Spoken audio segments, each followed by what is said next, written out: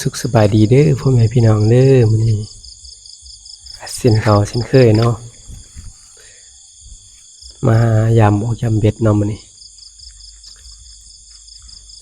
ใส่เบ็ดปลาไว้เนาะมื้อนี้เนาะหลังจากบ่ได้ใช้หลายวันเนาะมาเบิ่งหลังทำอิฐเนาะหลังทำอิฐนี้คือว่าบ่มีหยังเกิดขึ้นเนาะอีหลีเนาะ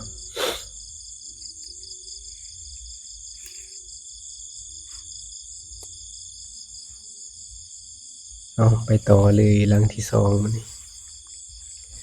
วันนี้ก็ถือว่าท้องฟ้าอากาศแจ่มใสเนาะทั้งตอนกลางเว้นเนาะ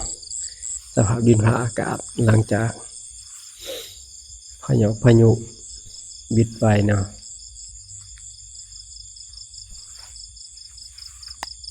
อีกฟังเบิ่งเนาะได้ยินข่าวว่าพายุสิเข้าอีก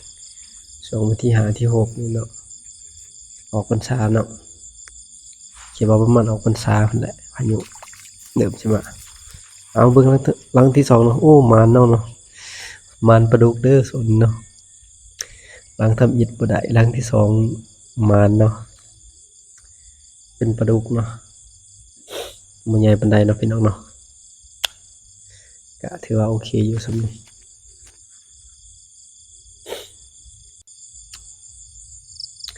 ได้ไปแล้ว1แต้มเนาะพี่น้องเนาะไปเบิ่งอีกต่อไปเนาะว่าสิได้อีกหรือบ่ช่วงนี้ก็บ่อยากคอยปานใดเนาะเพราะว่าฝนตกลิ้นบางเทื่อก็ปลาก็บ่กินเหยื่อหรือว่ามันก็อาจจะไปนำน้ำเนาะเพราะว่าช่วงน้ำขึ้น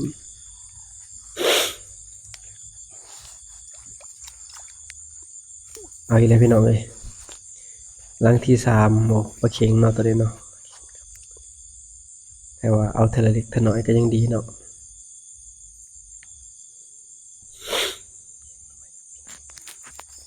ช่วงนี้ก็ใกล้จะเกี่ยวข้าวแล้วเนาะถือว่าปลาก็อันฝนตกน้ำมันก็ขึ้นแล้วก็มันก็ไปนำน้ำ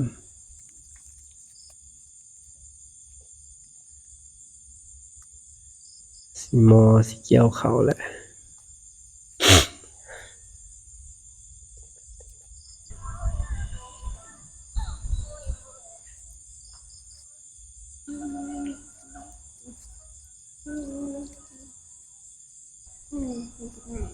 เอา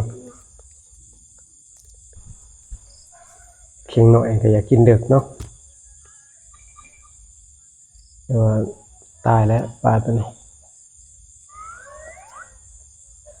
ส่วนใหญ่ปลาเข็งนี่มันจะมากินเด็กเนาะพี่น้องเนาะ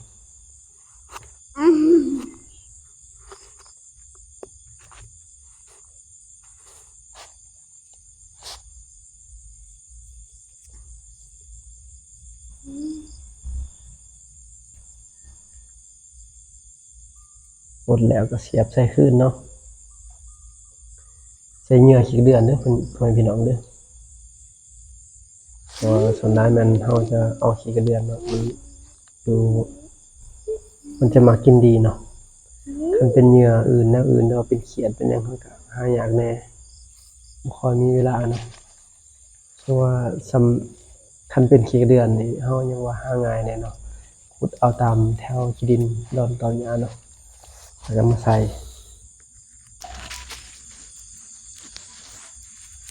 เนาะ2ตู้เนาะปลาดุกกับปลาเค็งหน่อยเนาะไปอีกลังต่อไปเนาะ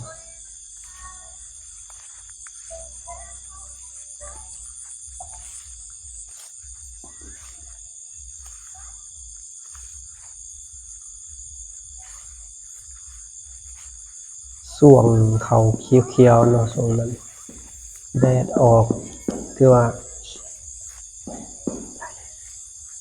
ใส่เบ็ดม่วนเนาะเพราะว่ามันปลากินดีเนาะมีแต่ตัวใหญ่ๆปลาดุกก็ตัวใหญ่ปลาขอก็ตัวใหญ่เนาะแต่ว่ามาระยะนี้เรียกว่ามันก็บ่ค่อย สิได้ตัวใหญ่เนาะได้สำนึงส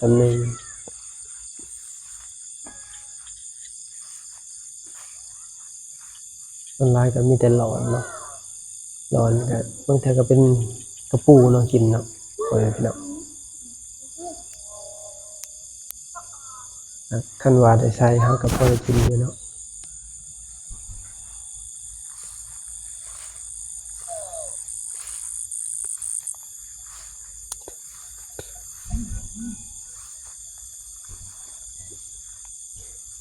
ไฟนี่ก็บ่ได้สากเนาะ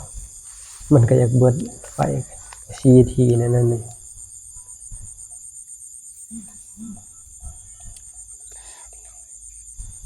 ร้อนนะพี่น้องเอ้ย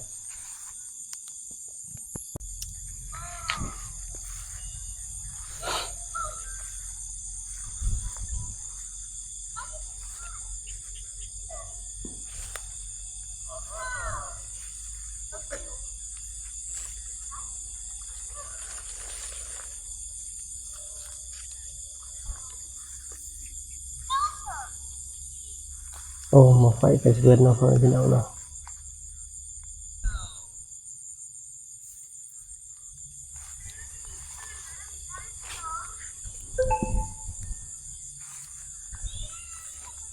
สำหรับคลิปเฮาก็